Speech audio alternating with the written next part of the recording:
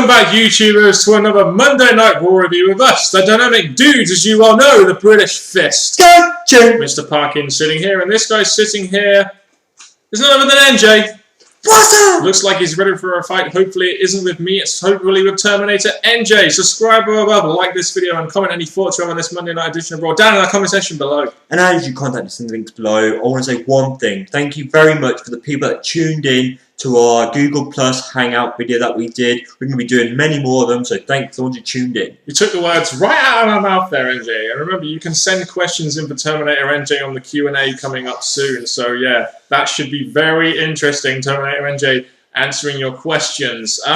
So this Raw, it was the Raw after SummerSlam. It's like the day after tomorrow. We opened up the show. I guess it was a bit of a surprise, wasn't it? We opened up with none other than Jerry Lawler. That was a bit different than usual, wasn't it? He basically wants an apology from CM Punk for what he did last week, kicking him in the damn head. Yeah, I found this pretty sad of Lawler. I know he's still, like, as I said before, trying to keep himself relevant in some way. He's a commentator, so for him to continue this feud or storyline with CM Punk was just, in my opinion, pretty sad. But it seems like a real cheap way to get some heat on CM Punk because they know the people are going to be cheering CM Punk still, and they kind of were during this opening promo segment, but the heat soon got on CM Punk as soon as he started calling Jerry Lawler out on his old territorial days, and he was with the Low Boys and all that kind of stuff. He had a new haircut though, which made him seem like, oh, it was like straight edge society, CM Punk all over again, wasn't it? I thought this hairstyle was better than this plastic head looking hair that he had, so I'm kind of glad that he's changed it to at least something different, so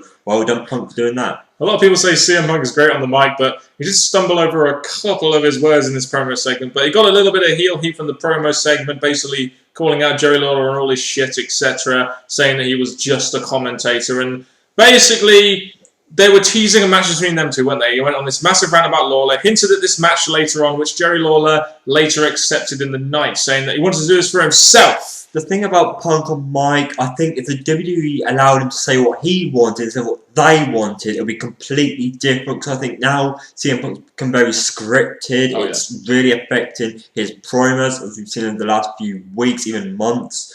And this, it did straight away, as soon as Lawler was in the ring and called up Punk, you thought, you can see what's sadly coming. It's going to re-enhance his Lawler wanting a match, blah, blah, blah. But the perfect line for this was the fact that when it came to WrestleMania sort of thing, even you couldn't get the job done then. All that kind of stuff. I really thought he digged him pretty well there. So you'd never been WWE champion. You lost your only WrestleMania match to Michael Cole. And you had Cole like, yeah, I'm undefeated at WrestleMania. Yeah! It's like, oh shit, don't remind us of that feud again. But yeah, I mean, CM Punk is one of those guys that his promo segments are the least scripted of everyone's, apparently, from news I'm hearing backstage. But they are still kind of scripted. But I guess this is trying to get cheap heat on CM Punk. And it did kind of work in this opening segment.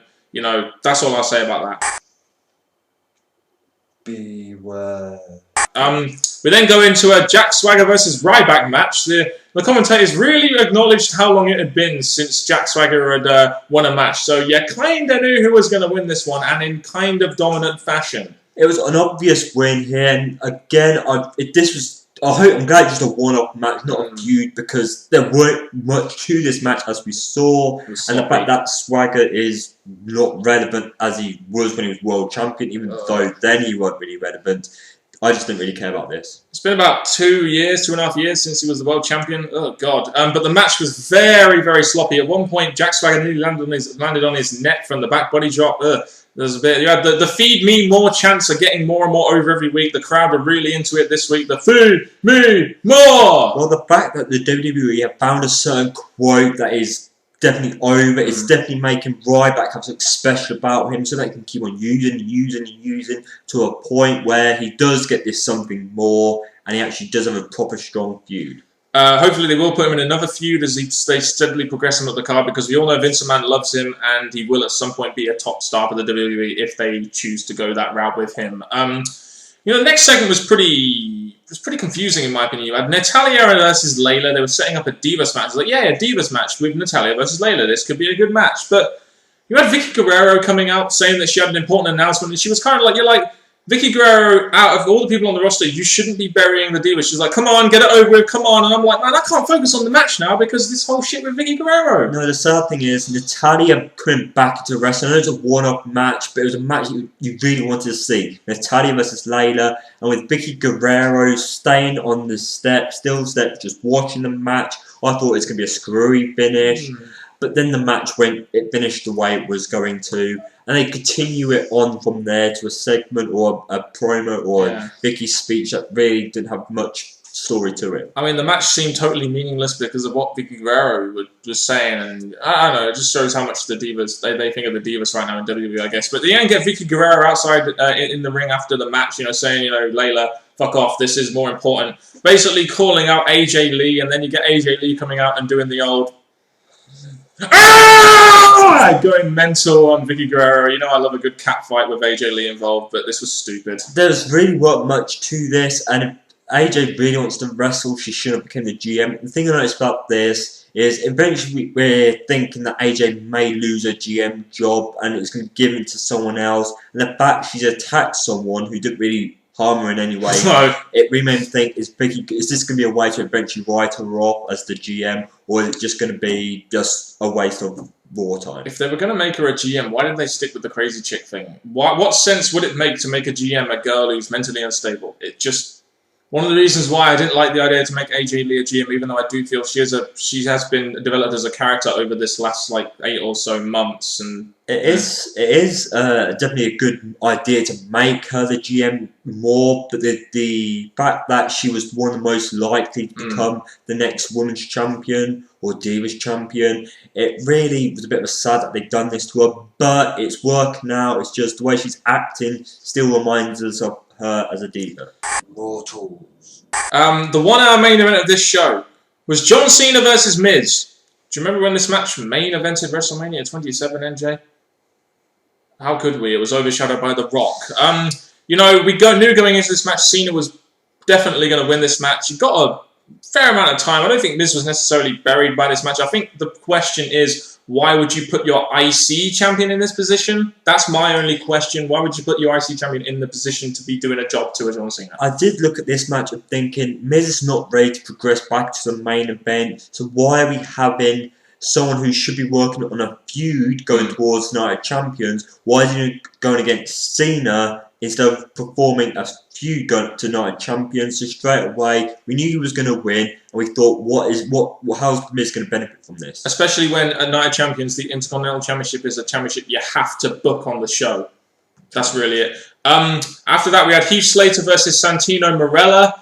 During this match, we had boring chants. Can you really blame the crowd that they started dancing during the match and starting to contest each other's dances? Real stupid. And then, this is where you kind of realise that the WWE is really orientating to kids. They had Aksana distract the Cobra, but then Santino still gets the victory. And I'm sitting there thinking, if you were going to really try and do something with this segment, why not try and include Antonio Cesaro as he is the new US champion? I look at this, I did find the way the match finished was quite funny because he had the distraction of the Cobra, then as he turned, they turned around, Cobra down for the 1, 2, 3, but we know Santino's meant to be a hit with some of the divas. Maybe it's going to lead to Aksana being pulled away from Cesaro. I don't know how it's going to do it, but Cesaro was needed here. Really was. We'll move on to the next segment. Brodus Clay and Sin Cara versus Damien, Sandow and Cody Rhodes, combining two kind of, would you say, mid-card feuds into this tag match? A new. Two matches that I think are definitely lower card in place where one match should be done at SummerSlam, but now it's being done probably at Night of Champions for filler. Cody Rhodes and Sin Cara, they're gradually building it up. Maybe.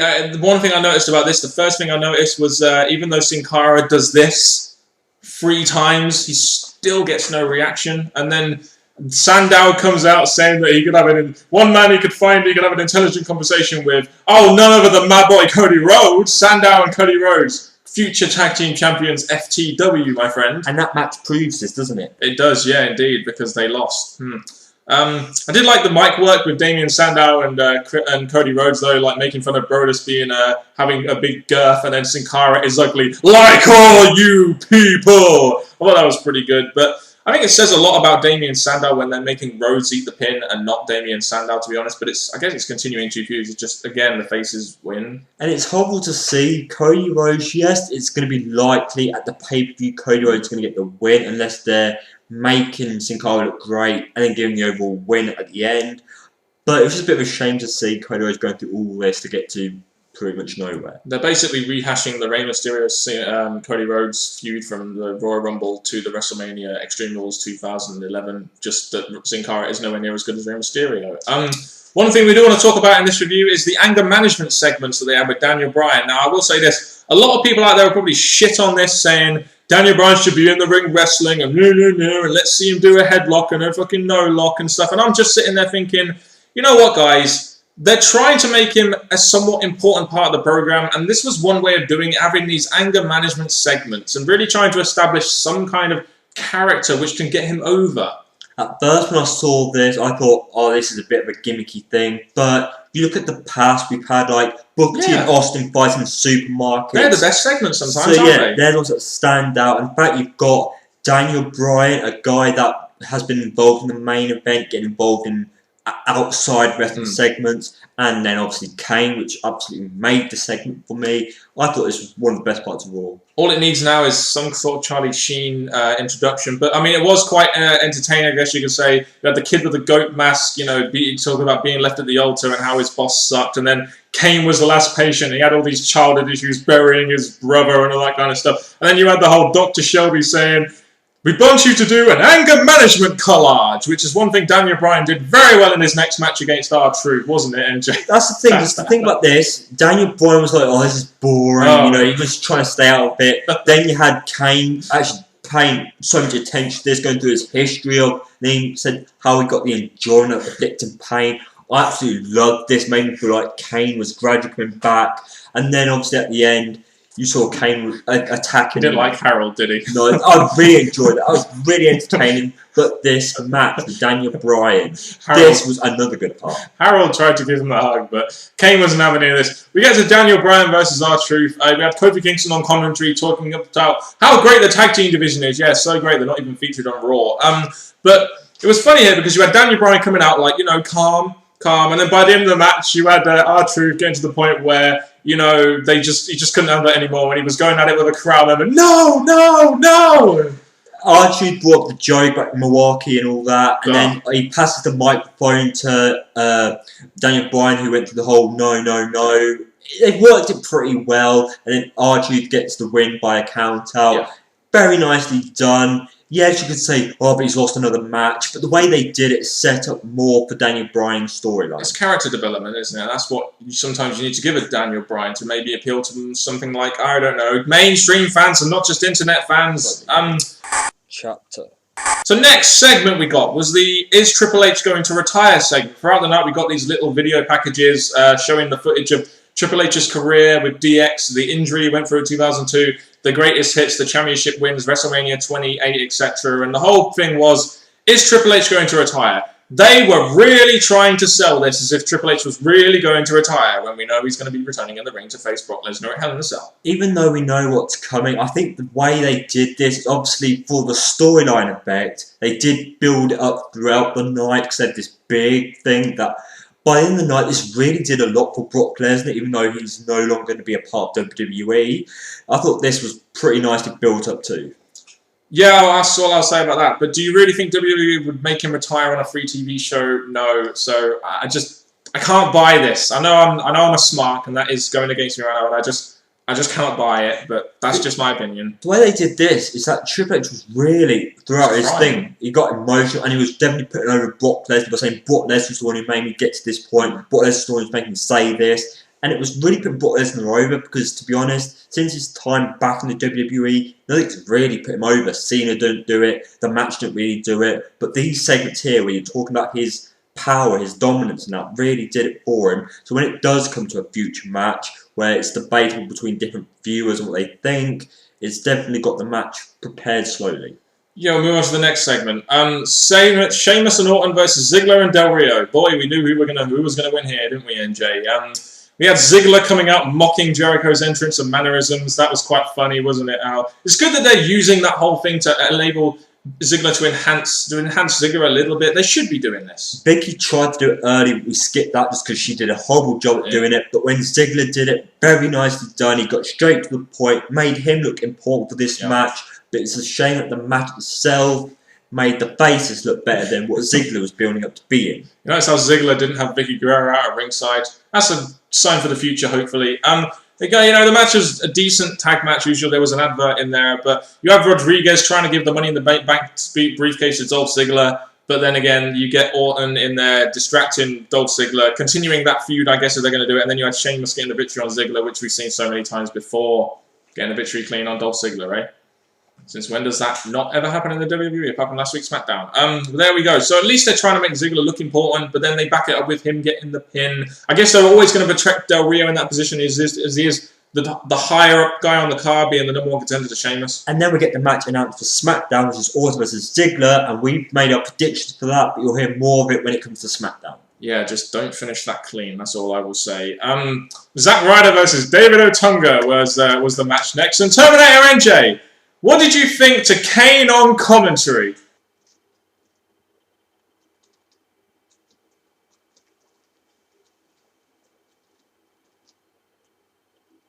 Yeah, so pretty much as insightful as Kane's commentary then. The match didn't really matter too much here, did it? It was all about Kane's commentary because it was golden. The thing about this that really stood up for me first, the Josh Matthews escaping thing, it really shows Kane's this monsterish thing, even though they've tried to make Kane look like a monster for a while now. But I did like this. He sat there and did exactly what he needed to do and say. Just like Terminator NJ did there, you didn't need to say anything because you're already scared the fuck out of him. So there we go. I mean, you're already scared of him. He scared the fuck out of you guys with all these segments he keeps doing on our bloody show. So you get Ryder winning, then Kane goes to chokeslam Ryder, thinks nah, and you're like, oh, he's chokeslamming Otunga. That's an entertaining moment. Otunga sucks. I really liked it, but even Mark Cole said the old Kane, or the Kane that he was expected, would have taken both out, and that was the other thing missing. I don't know what this is possibly teasing or doing, but all I can say, Kane throughout this show, very nicely done. There's two things I would change, chokeslam both, and also, why did he not come up and be the commentator of Bryan's match? I don't know, I guess they wanted to keep him in separate segments. It's funny how you had Michael Cole away from the announcer, he was like over here. It's like, you sure you want to be commentating here? You sure you're good? He's like, oh, that was just hilarious. AJ Lee announced that it would be Cena versus Punk at Night of Champions. Was that already not announced? Yeah, didn't CM Punk choose that he was going to face Cena? But it was AJ Lee's pick, apparently. I don't know, whatever. CM Punk versus Jerry Lawler was our main event match of the evening. As decided by Raw Active on Twitter, it was going to be a cage match. And a cage immediately came down from the ceiling. The people there must be thinking, well, we know what match we're getting. We know that WWE are going to rig it to be a cage match. Is coming. Yep. The match itself went about 7.5 minutes. That's right, guys. CM Punk went in the ring with Jerry Lawler, a Hall of Famer, 50 plus years old, for 7.5 minutes. And he even managed to bleed, didn't he? This was really weird. CM Punk did the whole slow attack. At least they used the cage in some way, but it really wasn't the match that was the important part. The match went eventually the way it should have done, which was Punk winning. It was the aftermatch that stood out in a way that could be seen as bad or good. Right, now I've won, NJ. Tell me I'm the best in the world. You know I'm the best in the world. Tell me I am the best in the world. I demand respect. Hell no! Oh, that's a shame. I really wanted you to say I was best in the world. Can't you not just be nice for a change? No! Can't you put me over? Hell no! Fuck off. No! Okay then, so you're such a backstage politicker, NJ. You Hell no! You don't know anything about NJ. He is a massive backstage politicker back here at the British Fist. I'm just the innocent bystander like Alex Riley. But anyway, the really match is not something we really want to talk about. It was the post-match we really want to focus on here. Punk got the victory in very sort of convincing fashion, I guess you could say. But post-match, you have CM Punk pretty much kicking the shit out of Jerry Lawler, and he still doesn't respect CM Punk enough to say that he's the best in the world. And then you get Cena coming out, and much to his disapproval, Cena coming out, he's like, "Can we get the cage up? Can we get the cage up? Maybe you should climb the cage." Or fly over. Cena, maybe you should climb the cage. I'm just saying. I don't know. She's like, let's get the cage up. No, let's not climb in. But I mean, yeah, you had Cena basically trying to sort of get into the cage because Punk had locked it, and Punk was getting a bit of heel heat beating the shit out of Jerry Lawler, which I guess this was all about. I really didn't see much in this, and the thing that screamed out to me from last week and this week is the roster. If there was someone else, another face, top face in the company, they would have been the replacement over King. But the fact they had to think of someone else that is loved by the fans, King's someone who stands up to them, and the fact that King's made it to another main event is just absolutely ridiculous. I guess the segment achieved what it needed to do by teasing the feud with CM Punk and John Cena, and also getting some much-needed heel heat on CM Punk to facilitate the heel turn that happened last week. So I'll just say that. If you give us your thoughts on the main event in the comment section below, of course. So your overall thoughts on this edition of Monday Night Raw, MJ? It started off pretty weird, but then they added the comedy effect, the somewhat build towards a pay-per-view, even though some segments didn't really achieve that. But it did what it needed to in some of the segments we got. I'll just say this, I'll keep it very short and simple. I've not been a fan of the 3-hour Raws. This was watchable, so I guess it was an okay show. That's really all I can say about it. Going into Night of Champions, we have 2 matches announced. Both of them are the world title matches. So, be interesting to see what they do with the mid-card feuds now, I guess, going into Night of Champions. That's really all I'll say about this Raw. Thank you very much for watching this edition of the Raw Review with us, the British Fist. Get your thoughts in the comment section below. And I'll now hand you over to, no, not you, to Terminator NJ.